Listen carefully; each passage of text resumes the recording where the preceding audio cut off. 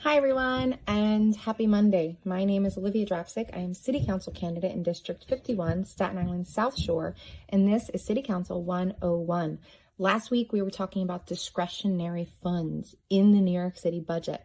These funds are up to the discretion of City Council members and are allocated for each district to be used for community groups doing the work on the ground specific to the district. And so what better next topic to talk about than what we call PBNYC, Participatory Budgeting New York City. In 2021, this program was halted.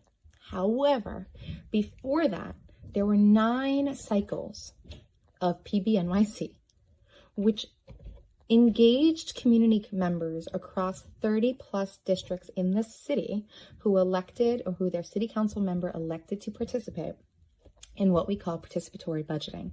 And they were responsible for putting decision-making power into the hands of community members, including youth and other marginalized groups in these sort of processes, and accounted for $35 million in allocation for capital projects. So what does that mean? City council members who elect to be a part of this are saying that they'd like to increase participation in the budget process for their district. In August to October, budget delegates in the district made up of community members come together and community members come together to start to propose projects. And so you don't even have to live in the district. You can work in the district, have a small business in the district, go to school in the district, have a child that goes to school in the district, or be a resident of the district. You have to have some interest in the betterment of the community and in that district to be involved. That doesn't have to just look like living somewhere. And so this is a big deal. If that is true for you, you can be a part of this process. And what happens is from that August to October time, projects are proposed. You think of your wildest dreams and you come up with a proposal for the district. That proposal needs to cost at least $50,000. It should be a capital project, which is an infrastructure project. It should be for the public use, and it should have some sort of lifespan of 5 years or more. So a park space, a community garden, some sort of improvement to a transportation stop or bus stop or train station, or some sort of infrastructure project that your community is in need of. That is the time where the community comes up with their wildest dreams and proposals. After that timeline, public agencies and the city council office will come into play and work as a liaison and really make those proposals come to life. What will they look like to actually happen? How much will they really cost? Who will be the major players? How will this get done? Can we engage small businesses and different community members to do the work in these proposals and keep it district specific? And they come up with final proposals.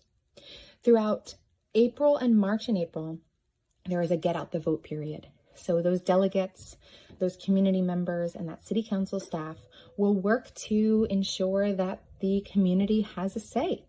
The community gets to vote on these proposals during that timeline. These proposals that, remember, came directly from the community. City council staff and members aren't coming up with these. These are coming from the district and anyone with a vested interest in that district.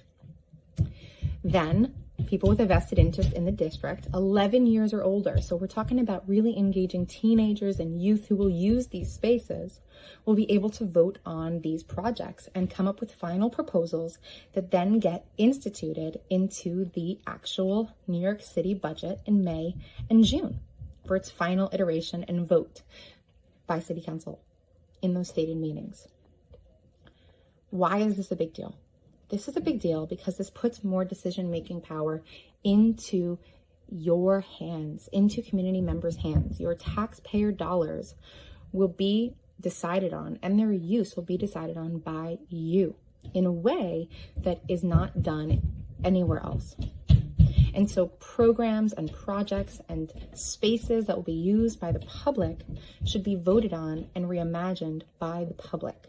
And so we should be committing to city council members who are not just saying, look what I did for you, look what I did for you, but for city council members and leadership who say, look what we did together. Participatory budgeting is an amazing opportunity for communities and for districts. Over 30 districts are already participating. After COVID, in a post-COVID context, I'm excited for what that will look like virtually and in person, and how we can make sure we're including more voices than ever before in this process, and ensuring that districts really feel proud and feel a part of the budget process. And so this is one way to do that. In its last iteration, as I mentioned, they were responsible for $35 million in projects. So this is not a small thing. This is huge. It can come here. It is possible.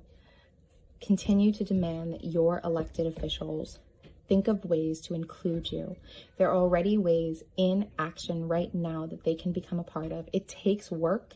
It takes outreach, but it is worth it. So demand that.